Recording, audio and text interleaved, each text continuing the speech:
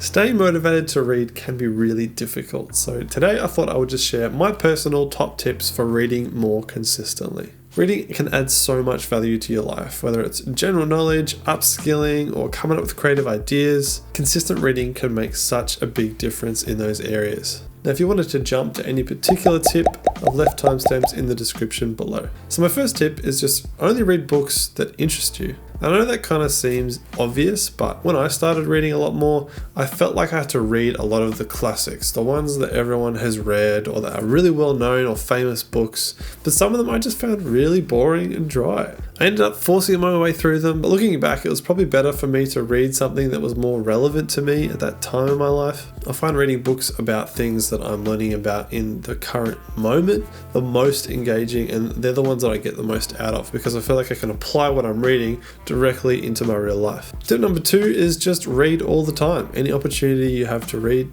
just whip out your book and read just a page. You don't have to read an entire chapter in one sitting, just read a page or even a paragraph. So like on your commute to work or on a lunch break or even while you're sitting on the loo, just take any opportunity you can to read books. So tip number 3 is to schedule time for reading. Now this is kind of a new concept for me that I've started to really apply in the last couple of months, which is just to put actual blocks of time into my calendar where I just set it aside for reading. And you can obviously do this for when suits you. I find having the event just in my calendar enough of a reminder to get me to actually go and read my book. Whereas normally I might have just forgotten about it or got distracted with something else. Having a reminder in my calendar helps me to stay consistent with my reading habit. Tip number 4 is to try audiobooks if you haven't already. Now I know a lot of people have the opinion audiobooks aren't really reading because you're just listening to something, but there's plenty of studies out there that show knowledge retention is pretty much identical in listening to an audiobook versus reading one on paper.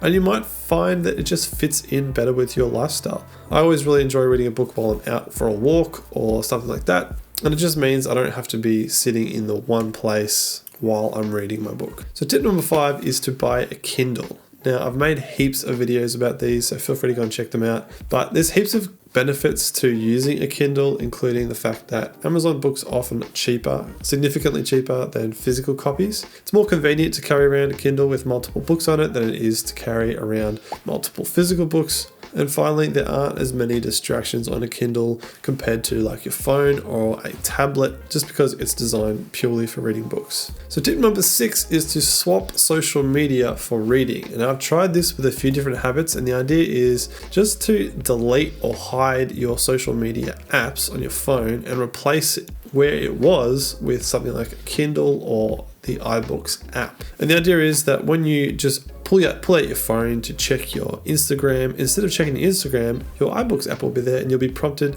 to just read a paragraph or two. I found this has worked for me, and it's kind of a nice way of detoxing from social media while reading something hopefully that's edifying and enjoyable. Tip number 7 is take notes or don't take notes. Now, of course, taking notes while you're reading will increase your retention of the information you're reading significantly.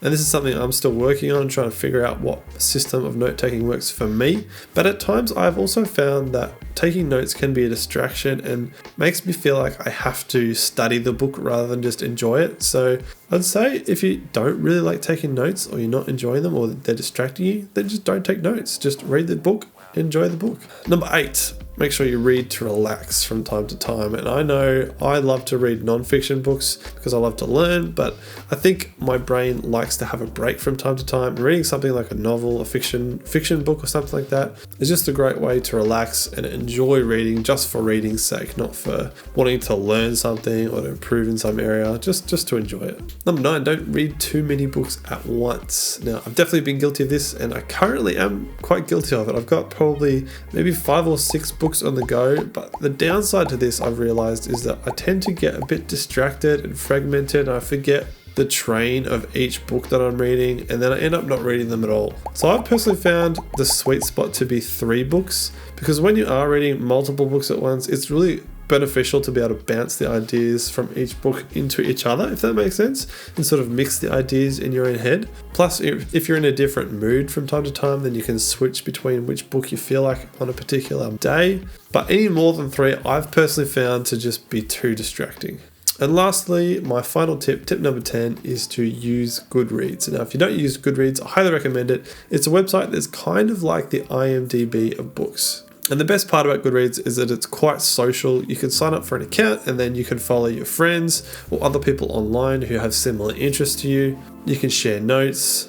And there's also annual challenges where you can sign up and say how many books you're aiming to read for the year. And it's a good way to sort of compete with your friends and help each other stay accountable. I've definitely found it to be a real motivator, and it's always interesting to look back on all the different types of books I've read over the past year, or indeed multiple years. So now let me know your thoughts in the comments section. What helps you to be a more consistent reader? Check out my reading tech playlist for more reading related content. And other than that, I hope you have an amazing day, and I'll see you very soon in the next video.